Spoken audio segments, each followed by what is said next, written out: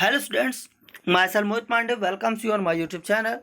In this video, I will explain first chapter of Unit First, Physical World and Measurements. The first chapter is Introduction. In this chapter, I will introduce the basic terms of physics. The first term is science. You have already learned the definition of science. Science is systematic way of knowledge and nature. But in this topic, science is a systematic and organized attempt to acquire knowledge about the surroundings through observations, experiments and verifications. तो science एक क्या होता है? Systematic और organise attempt है to acquire knowledge, knowledge को gain करने के लिए।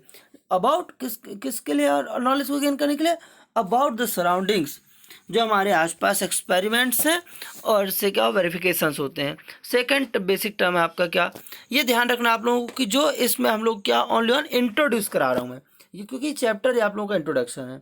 सेकंड थिंग है क्या, साइंटिफिक मेथड। तो मेथड तो आप लोग जानते हैं मेथड क्या होता है, लेकिन साइंटिफिक मेथड किसे बोलेंगे वो ध्यान रखिएगा।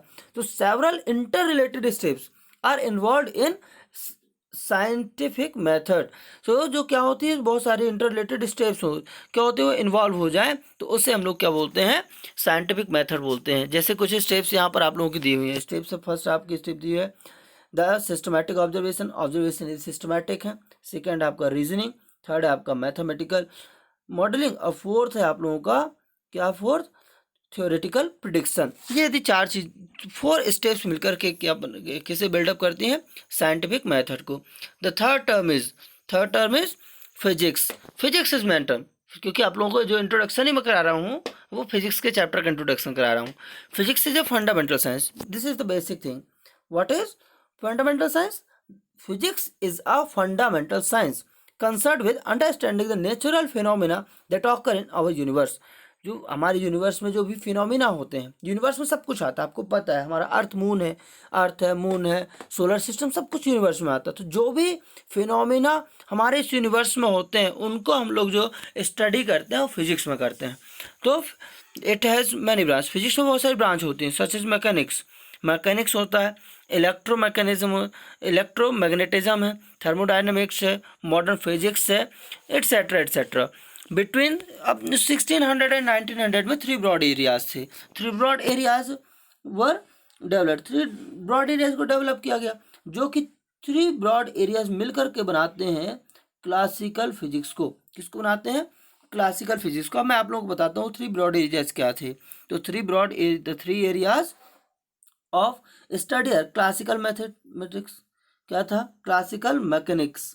सेकेंड है क्या आपका थर्मोडायनेमिक्स, और जो थर्ड था आपका इलेक्ट्रोमैग्नेटिज्म। ये 3 एरियाज मिलकर के 1600 और 1900 तक क्या बनाते हैं, क्लासिकल फिजिक्स बनाते हैं। लेकिन उसके बाद क्या हुआ, 1905 it became apparent that classical ideas failed to explain several phenomena. लेकिन ये 3 ब्रॉड एरियाज के अकॉर्डिंग हमने देखा कि क्या हुआ आपका, कि जो 1905 में अपरेंट सब अलग अलग हो गया और जो कुछ सेवरल आइडियाज थे उनको एक्सप्लेन नहीं कर पाए, फेल हो गए। देन जो फेल हो गए तो उस कंडीशंस में then some new theories were develop. तो क्या हुई, नई कुछ न्यू थ्योरीज डेवलप हो चुकी, जैसे कि जो कि न्यू थ्योरीज क्या क्या थी उस टाइम की, कॉल्ड मॉडर्न फिजिक्स बोलते थे उसको। स्पेशल रिलेटिविटी थ्योरी आए, क्वांटम मैकेनिक्स को लेकर के आए। तो ये चीज़ें हैं आप लोगों की। अब आप हम लोग समझते हैं कि जो इस फिजिक्स का स्कोप है, current time scope word very famous. तो scope and excitement of physics की स्कोप कहाँ तक है फिजिक्स का, तो वो थोड़ा सा आप लोग इन्फॉर्मेशन दे देता हूँ कि the scope of physics is very broad. Physics का जो स्कोप है बहुत विशाल है, बहुत बड़ा है। और ये कवर किस किस को करता है, cover a wide range of magnitude of physical quantities. कुछ इसमें physical quantities such as length, mass, time, energy etcetera. And it deals with macroscopic world, बड़े वर्ल्ड से लेकर के छोटे वर्ल्ड तक। जैसे कि बड़ा वर्ल्ड हम लोग देखें क्या, macroscopic world, galaxies, universe, as well as like macroscopic world को कवर तो करता है फिजिक्स, साथ में किसको कवर करता है, माइक्रोस्कोपिक वर्ल्ड।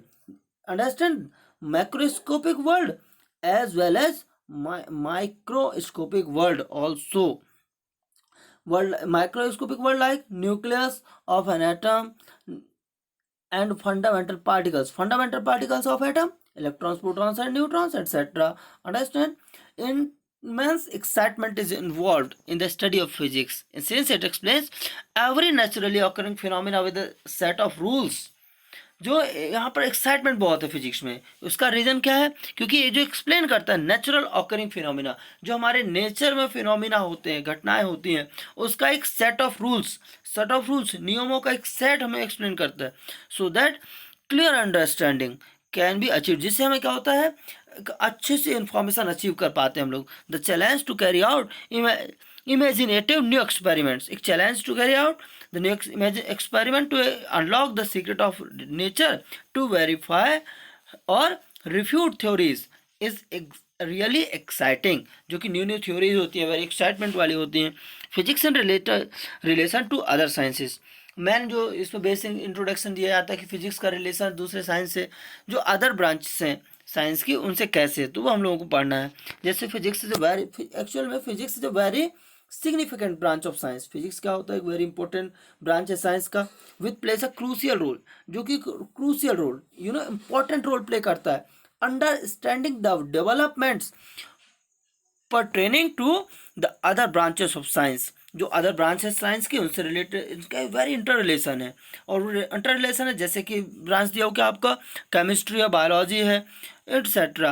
पहला रिलेशन जो यहाँ पर एक्सप्लेन किया हुआ है, very important question is physics in relation to mathematics, तो study of physical variables led to the idea of differentiation, integration and differential equation. Meaningful interpretation of mathematics become physics का जो relation है variables को लेकर के, जो कि idea differentiation, ये आप लोग मैथमेटिक्स जो ब्रांच वाले स्टूडेंट्स होंगे उन्हें पता होगा. डिफरेंशिएशन, इंटीग्रेशन और डिफरेंशियल इक्वेशन, इस पर वेरी इंपॉर्टेंट रोल प्ले करता है फिजिक्स का. Without physics it is not possible.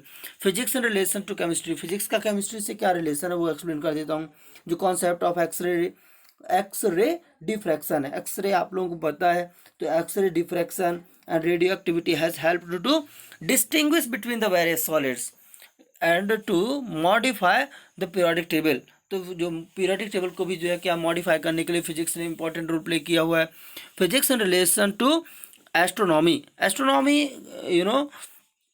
Optical telescopes of reflecting and refracting type enabled men to explore the space around, जो स्पेस के चारों ओर हमें एक्सप्लोर करने के लिए, इन्वेंशन करने के लिए भी जो हमें टेलीस्कोप्स मिले हुए हैं, टेलीस्कोप्स को बिल्डअप करने के लिए फिजिक्स ने वेरी इंपॉर्टेंट रोल प्ले किया हुआ है.